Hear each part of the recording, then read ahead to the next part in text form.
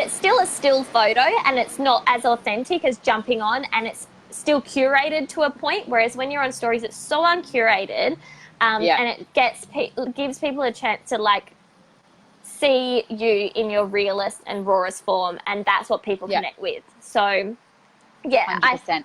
And I think another thing with the whole when you first start out and how to grow your account sort of thing, the first 1,000 is quite a slog. So yeah, it is.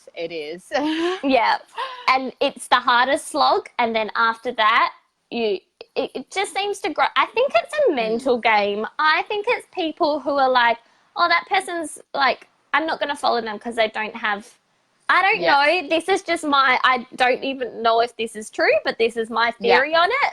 But over 1,000, it starts to get a lot easier, I think. Yeah. I think, and you know, we always say that it's not so much about the followers, but you do look at an account and go, oh, wow, she's doing really well. So she's got this many followers. She must be doing something right. And it's just hard to steer away from that. And your followers don't always reflect the business that you're getting, because, you know, if you're doing it right, you can have 1,000 followers or under and still be getting clients and making money. It's just what you're doing, your strategy and how you're dealing with that. And I think if you focus too much on the followers and not on the business side of things, then that's going to be where you come undone. 100%. I think that with the followers thing, it's just a social proof thing that people see it and they're like, oh, that person's that many followers. But I had under 500 followers and I had 10 clients. So it just shows that it doesn't, just because someone's got lots of followers does not necessarily mean that they are doing well, or 100%. that those like all of those 6,000 followers or however many followers, 10,000, 20,000 followers, how many of them are actually the genuine potential clients? Like, let's remember that as well. We're not trying to be influencers, so our follower count doesn't matter. We're trying to build businesses here. So, take away that whole followers are important thing. I think it always is in the back of your mind, especially when you start up. Like, you can't, I don't know, turn that off, but it is not the be-all and end-all at all. Yeah. And I think when you stop focusing on it, it happens very naturally as well, because you're focusing on connections rather than numbers. Yeah. And also the like losing followers as well. I think some people do focus on that little bit too much. And I think that's, you know, you've got to think as well, like, you know, you're not going to be for everyone. You're not going to be liked by everyone, and not to get caught up on that, because you're going to lose followers. And sometimes people deactivate their accounts and there's whole other reasons, just not to really focus on that. Yeah. I mean, if they unfollow you, they were never going to buy from you in the first place. So they were probably just following you because they wanted a follower. So, they were never going to buy from you, so it doesn't matter if they're gone. Yeah. And I had a little point then, and then I just lost it. Followers. But with don't follow and unfollow. What's your take on that? I think it's so dumb.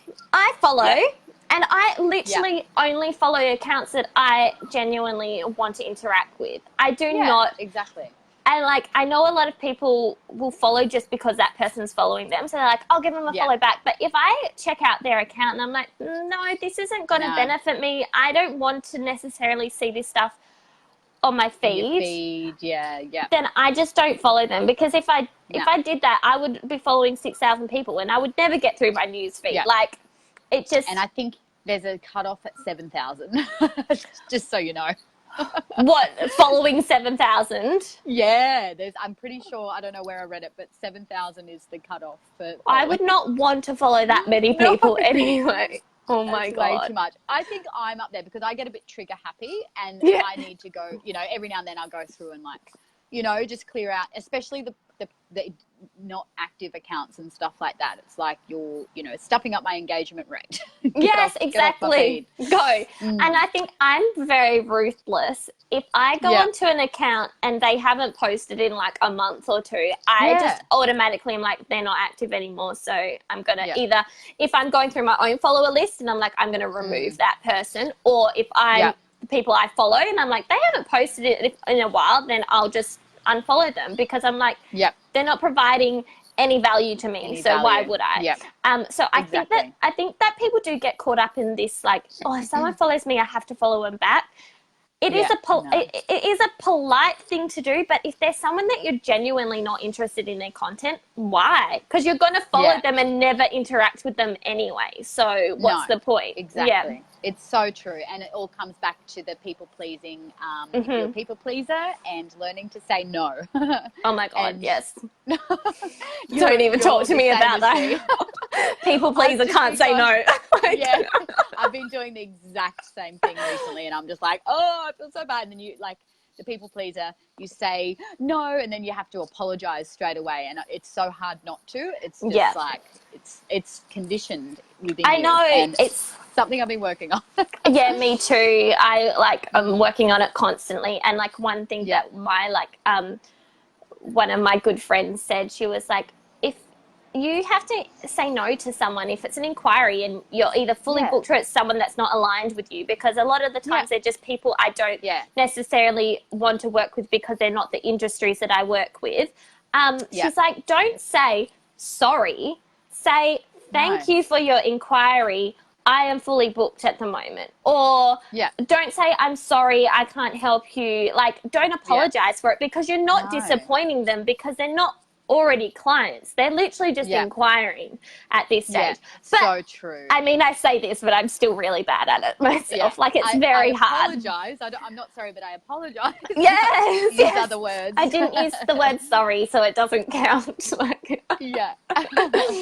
I know we started a bit later, but I got a couple of questions. Yes. What is your quick thoughts on branding and the importance of branding?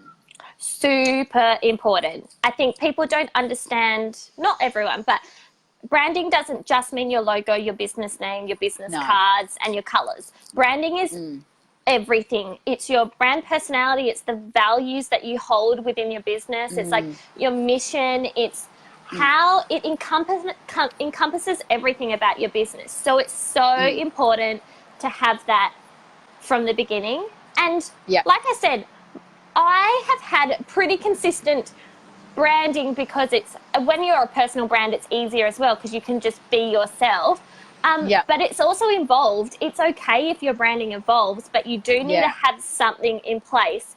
And definitely your values are super important to have nailed from the beginning, because that's what should be coming across in everything you do on social media, and how you come across as a person, and your personality as well, because that your brand personality is going to be what someone will choose you over someone else for. That didn't really, I know what I was trying to say. Understand. I was like, that was a very badly put together sentence. But in terms of when you think of your logo and stuff, that can change. Like, I mean, every businesses 100%. Evolve all the time. So if you're like, I need to have my branding sorted straight away, I need to invest in branding in terms of a logo or something like that, I would say it's more important to have your actual brand personality and stuff sorted. And a logo can come later. And but it's something you should have at least a very clear idea of at the start, and be aware that it's not set in stone. Like, you need to have a clear idea, but it's not set in stone. It can evolve. And as you evolve as a person, you change your likes and dislikes. So I know, I'm changing my mind like all the time. So it consistently changes, but also being consistent across the board, across your platforms as well, is important. Hey. Yeah, 100%. I literally just updated my website on Monday. Like, I spent the day updating it, because when I first did it, it was still like, it was still in line with my branding, but my branding has evolved a bit, and in terms of what I offer. So I was like, okay, it's time. I need to update this so it is a little bit more connected between my social media and my website. And that is super important, to keep it very consistent across the board. And the names as well, I believe, you need to have a pretty fairly consistent thing across the board as well. 100%.